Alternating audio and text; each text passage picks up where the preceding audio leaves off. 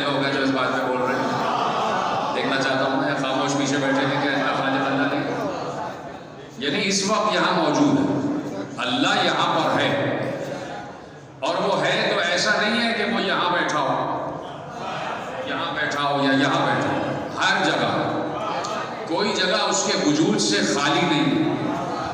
اب وہ ایسا ہے کہ وہ نظر نہیں آتا، اور وہ ایسا ہی ہے کہ نظر نہ آئے۔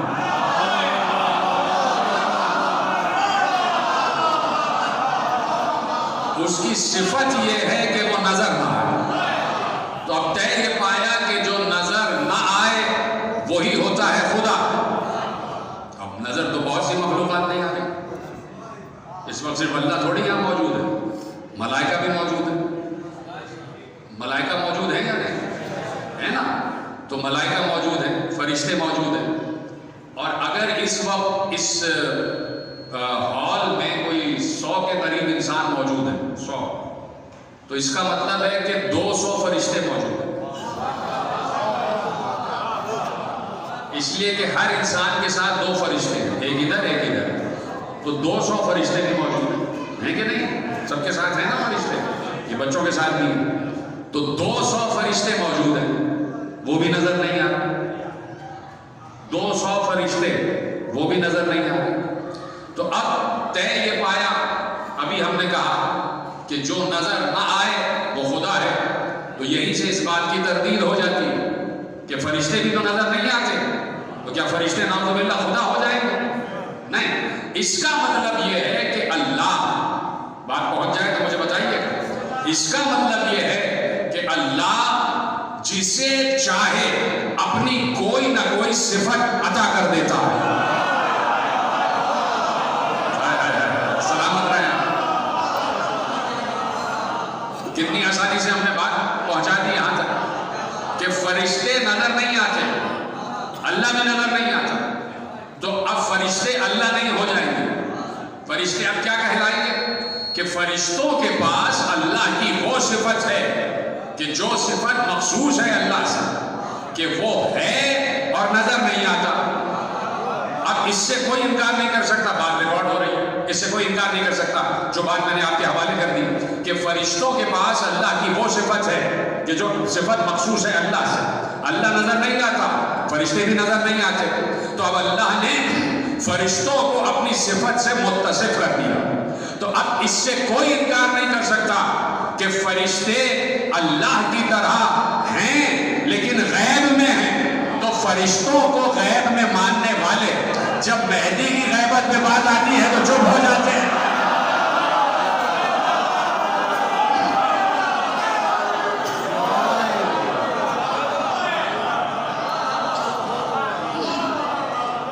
تو اللہ جسے چاہے اپنی کسی صفت سے متصف کر دے، جسے چاہے اپنی کوئی صفت دے دے، فرشتوں کو صفت دے دی کہ ہم نظر نہیں آتے تم بھی نظر نہیں آؤ، ہم نظر نہیں آتے تم بھی نظر نہیں آؤ، تو اب اس کا مطلب یہ ہے کہ کچھ ہستیاں ہر دور میں ایسی رہی ہیں اور رہتی رہیں گی کہ ہوں گی اور نظر نہیں آئیں گی، کچھ ہستیاں ایسی ہیں کہ ان کا وجود تو ہوگا لیکن دکھائی نہیں دیں گی، تو اللہ یہاں پر ہے اور ہر جگہ ہے، یعنی اس کو آپ تصور نہیں کر سکتے کہ وہ کیسا ہے۔ کچھ نے کہا کہ وہ ٹرانسپیرنٹ ہے، ٹرانسپیرنٹ آپ سمجھتے ہیں کہ جس سے نظر آر پار ہو جائے، کہ کچھ پتہ ہی نہیں چلتا کہ کچھ ہے کہ نہیں۔ اب یہ خلا جو ہے یہ ٹرانسپیرنٹ ہے، خلا موجود ہے لیکن چونکہ ٹرانسپیرنٹ ہے تو ہم اس کے ادھر بھی دیکھ رہے ہیں اور وہ والے ادھر بھی دیکھ رہے ہیں، توجہ ہے نا، ہے کہ میرے ساتھ کے نہیں؟ تو اللہ ہے لیکن اس کی صفت یہ ہے کہ وہ نظر نہ آئے، جو نظر آ جائے وہ اللہ نہیں ہے، اس لیے اس نے تمام فرشتوں کو کبھی غیب میں رکھا اور کبھی ظہور عطا کیا۔ کہیں ایسا نہ ہو کہ فرشتہ خدا بن جائے، اس لیے کبھی فرشتوں کو غیب میں رکھا اور کبھی ظہور عطا کیا، کبھی شہود میں آ گئے کبھی دکھائی دینے لگ گئے، اور اللہ نے کہہ دیا کہ یہ فرشتے تو کبھی کبھی دکھائی دیتے ہیں، میں کبھی دکھائی نہیں دوں گا، تم دیکھ ہی نہیں سکتے، میں ہوں موجود ہوں تم دیکھ نہیں سکتے۔ لیکن کچھ صاحبان روحانیت ایسے گزرے اور ہر دور میں کچھ روحانی ہستیاں ایسی ہوتی ہیں کہ جو چھپی ہوئی چیزوں کو دیکھتی. مثلا یہاں جنات بھی موجود ہوں گے. کچھ حضرات ایسے ہوں گے کہ جن کو پتا ہوگا کہ کوئی جن یہاں بیٹھا اور کہاں بیٹھا ہوا ہے, وہ دیکھ پاتے ہوں گے, ہے نا. کچھ ہستیاں ایسی گزری ہیں کہ جو غیب کو ظہور میں دیکھتی, جو غیب کو شہود میں دیکھتی, جو نیستی کو ہستی میں دیکھتی, جو عدم کو وجود میں دیکھتی, کچھ ہستیاں ہوتی ہیں. تو اب اللہ نے کہا کہ بھائی جملہ آپ تک پہنچ جائے تو بتائیے گا کہ ہم ان فرشتوں کو ہر وقت قید میں نہیں رکھتے. ہم چاہتے ہیں کہ یہ کبھی نظر آئیں اور یہ دکھائی دیں اور تمہیں پتہ چلے کہ یہ ہے فرشتہ بیٹھا ہوا. تو اب علی پر بھی یہ ذمہ داری تھی کہ وہ بتائیں کہ فرشتہ الگ ہے اور خالق فرشتہ الگ ہے. تو جیسے نبی کی بزم میں جبرائیل آتے تھے, ویسے ہی علی کی بزم میں بھی جبرائیل آئے. جیسے نبی کا کام تھا خالق و مخلوق میں فرق کر کے بتانا, ویسے ہی علی کا کام بھی تھا کہ خالق و مخلوق میں فرق کر کے بتائیں اور دنیا کو بتائیں. علی نے ابھی نہیں بتا, چلو چھوڑتا ہوں, ابھی 5 منٹ مجھے دینا اور اس کے بعد وہ جملہ کہوں گا جو ابھی کہنا تھا. دیکھیں علی نے جو تعریف کی ہے خدا کی, ایسی تعریف کوئی نہیں کر سکتا.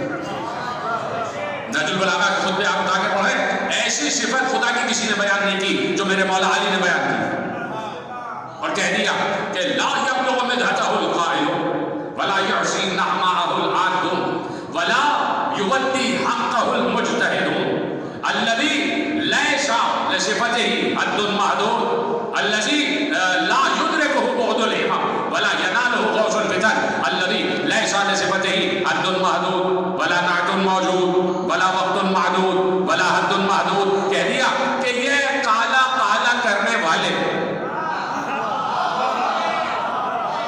لا یبلغ مدحتہ القائلون, یہ کالا کالا کرنے والے اس کی مدحت بیان نہیں کر سکتے. قال رسول اللہ, قال اللہ, کہا یہ قال اللہ, کالا کالا کہنے والے اس کی مدحت بیان نہیں کر سکتے. وہ حد میں محدود نہیں کیا جا سکتا, اس کی صفت بیان نہیں کی جا سکتی. کوئی ہے میرا ساتھ دینے والا؟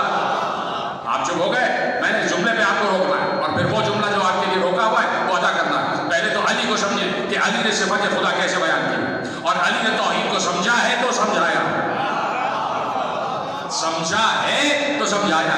میں صرف عالم اسلام سے یہ پوچھنا چاہتا ہوں کہ علی کو توحید کا سبق کس نے پڑھایا؟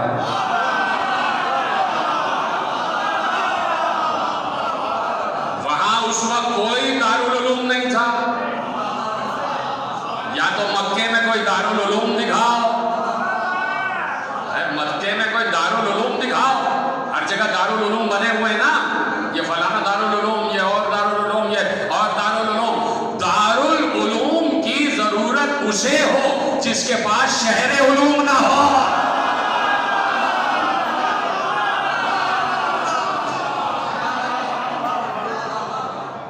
تو علی کے پاس ہے شہر علم, تو علی نے جو کچھ بھی درس توحید لیا وہ شہر علم سے لیا.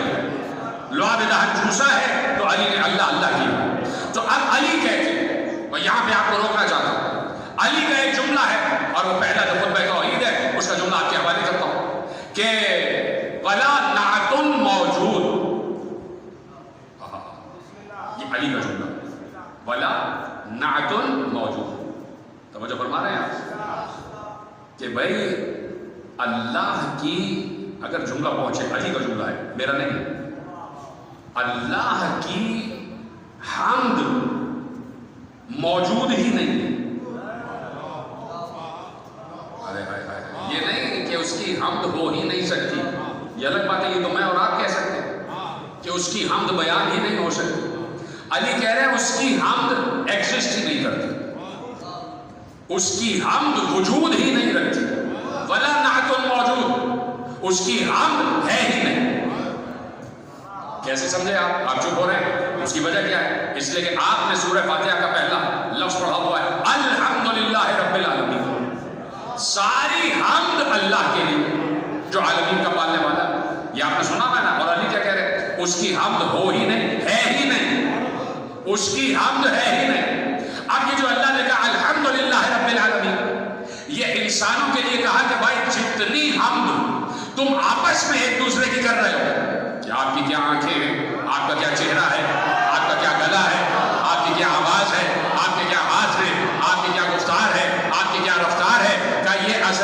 کی تعریف نہیں ہے، بنانے والے کی تعریف ہے۔ اب میں پلٹ رہا ہوں جملے کی طرف، وَلَا نَحْنُ الْمَوْجُودُ، توجہ ہے، یہ باتیں آپ ہر ممبر سے نہیں سنتے، اس لیے کہ ہمارے یہاں کا جو مجمع ہے وہ تو بس چٹکلی اور چٹپٹی باتوں کا ہے۔ اچھا وہ مجھے بہت آتی ہیں، چٹپٹی باتیں مجھے بہت آتی ہیں، لیکن میں ممبر کے ڈیکورم کو جانتا ہوں۔ یہ ممبر تفریح کے لیے نہیں ہے۔ اگر کوئی سامعین میں بیٹھا ہوا ہے کہ بھائی یہ تو پتہ نہیں کہاں کی باتیں کر رہے ہیں، ہمیں تفریح نہیں آ رہی، تو وہ اٹھ کے چلا جائے۔ یہ ممبر تفریح فراہم کرنے کے لیے نہیں ہے۔ یہ ممبر کوئی تھیٹر نہیں ہے کہ جس پہ کوئی آ کے ایکٹنگ کر کے چلا جائے، سمجھے آپ؟ کیونکہ 2-3 لوگ اٹھ کے گئے تو میں نے یہ سوچا کہ وہ شاید یہ سمجھ کے آئے ہوں گے کہ پتہ نہیں کون پڑھنے والا ہے، کوئی لطیفے سنائے گا 2-4 اور پھر ہم ذرا سا نعرے وارے لگا لیں گے، وہ ہم محرم میں کریں گے انشاءاللہ۔ تو جو خالص سننے والے ہیں نا وہ مجھے سننے کے لیے آئے تھے، خالص سننے والے جو واقعی میٹر سننا چاہتے ہیں، جو موضوع سننا چاہتے ہیں۔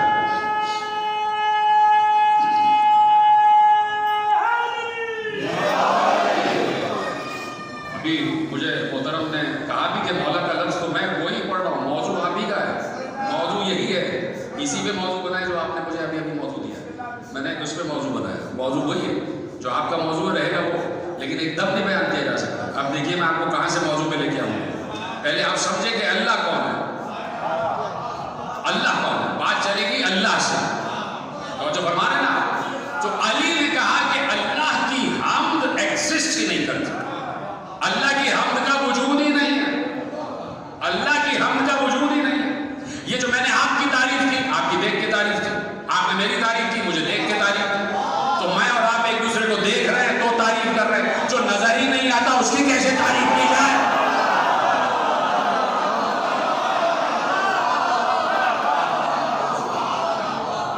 جسے پہچانا جا سکا ہو اس کی تعریف کی جا سکتی ہے، جو پہچانا ہی نہیں جا سکا، جو پہچانا ہی نہیں جا سکا، جسے کوئی پہچانتا ہی نہیں، اس کی تعریف کیسے کی جائے، اس کی تعریف کیسے کی جائے، اس کی مودت، اس کی معرفت کیسے حاصل کی جائے؟ تو اب درجہ بدرجہ آگے بڑھتے ہیں۔ تو اللہ ہے سینکڑوں صفات کا حامل، ہزاروں لاکھوں صفات ہیں اس کے، یعنی اتنے صفات ہیں کہ ابھی بہت سے صفات ہمیں معلوم ہی نہیں، بہت سے صفات ہمیں معلوم ہی نہیں۔ یہ 99 صفات ہمیں معلوم ہے، تو کیا 99 ہی صفات ہیں اس کے؟ نہیں، ہزاروں لاکھوں صفات ہیں، یعنی ہمارے پاس صرف 99 ہے، اس سے ہٹ کے کئی اور صفات ہیں جو ہمیں معلوم ہی نہیں، نہ معلوم کہاں کہاں کون سی کیسی کیسی مخلوقات آباد ہیں جن کا وہ خیال رکھ رہا ہے، کیسے رکھ رہا ہے یہ وہی جانتا ہے، یہ وہی جانتا ہے۔ تو بہت سے صفات ہمیں معلوم ہی نہیں، لیکن چونکہ ہر شے کا خالق ہے تو ساری تعریف جہاں بھی ہو رہی ہے اسی کے لیے۔ اب کسی مخلوق کا رزق کچھ اور ہے، کسی مخلوق کا رزق کچھ اور ہے۔ آپ وہ کھانا نہیں کھاتے جو گائے کھاتی ہے، گائے وہ کھانا نہیں کھاتی جو شیر کھاتا ہے کہ نہیں؟ دیکھیے جانوروں میں بھی اللہ کی صفات دیکھیے آپ، جانوروں میں بھی اتنا شعور ہے، جس کو آپ گدھا کہتے ہیں نا کہ اس کے کوئی دماغ ہی نہیں ہے، گدھا ہے گدھا، اس کو بھی یہ شعور ہے کہ اس کے سامنے گوشت رکھ دیا جائے وہ نہیں کھائے گا، کتنا ہی بھوکا کیوں نہ ہو۔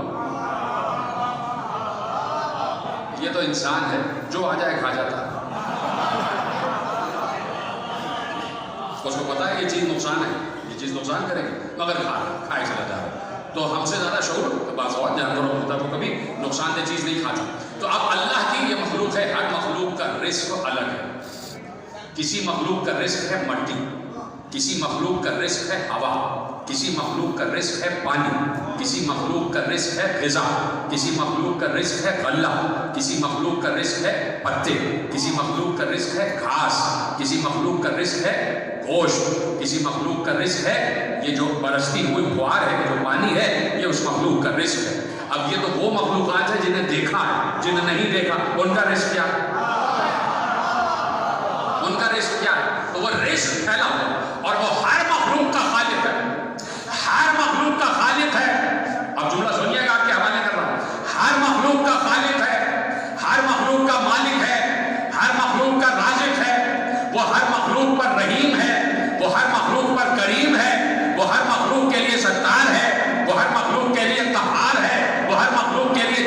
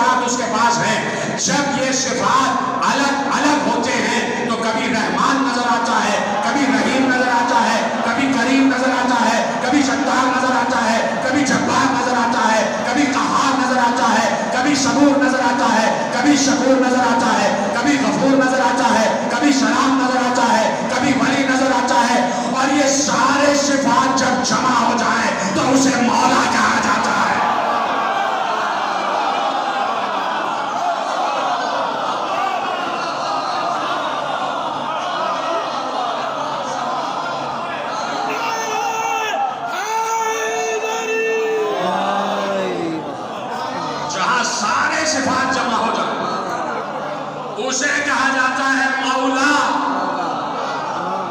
اسے کہا جاتا ہے مولا. اور مولا نکلا ہے ولی سے.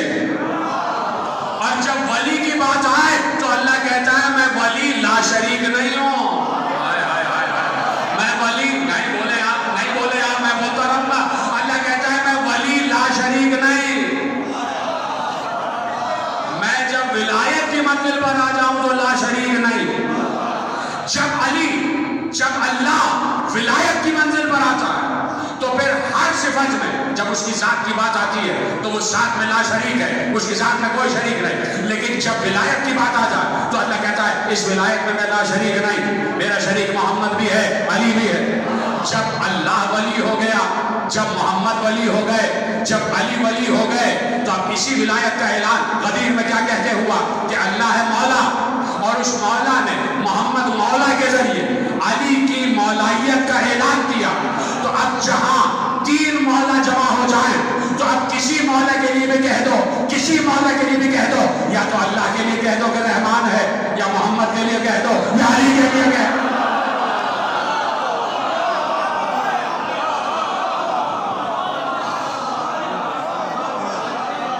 اس لیے کہ صفات کے مجموعے کو ولی کہا جاتا ہے.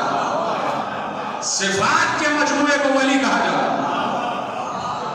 کسی ملا کے گھر آپ چلے جائیں، اس ملا کی بیٹی کی شادی ہو رہی، اس ملا کی بیٹی کی شادی ہو رہی اور نکاح نامہ اور نکاح رجسٹرار آیا ہوا تو ملا کی بیٹی کا جو نکاح پڑھا رہا ہے نکاح رجسٹرار وہ فوراً کہے گا کہ بیٹی کے ولی کی اجازت ہے. اس گھر کا ولی کون ہے؟ اس بچی کا ولی کون ہے؟ تو ایک لمبی داڑھی والے آ جائیں گے میں ہوں ولی. تو گھر کا ولی گھر کا سربراہ ہوتا، گھر کا سرپرست گھر کا ولی ہوتا. اسی لیے بیٹی کے لیے ولایت یعنی ولی کا ہونا ضروری ہے، ولی کی اجازت ضروری ہے. تو گھر کا سرپرست گھر کا ولی ہے. اور گھر کا ولی اگر ملا ہے تو وہ اپنے کو شوق سے ولی کہنا تھا. ملا کو ولی مان لیں گے، مولا کو ولی نہیں مانیں گے. اب میں آپ کے حوالے جملہ کرتا ہوں تاکہ نوجوانوں کی سمجھ میں آ جائے کہ گھر کا جو ولی ہے، جو گارجین ہے، جو سرپرست ہے، تو اس کی کوئی ایک ذمہ داری نہیں ہوتی. اس کی کوئی ایک ذمہ داری نہیں ہے. کسی کے مثلا 9 بیٹے ہیں تو سارے بیٹوں کی پرورش کی ذمہ داری اس کی. ہر بیٹے کا قد الگ ہے، ہر قد کے کپڑے بنانا اس کی ذمہ داری. ہر بیٹے کا پیٹ الگ ہے، اس کے پیٹ کے حساب سے غذا کا انتظام کرنا اس کی ذمہ داری. ہر بیٹے کا دماغ الگ ہے، اس کے دماغ سے اسکول کا انتخاب کرنا اس ولی کی ذمہ داری.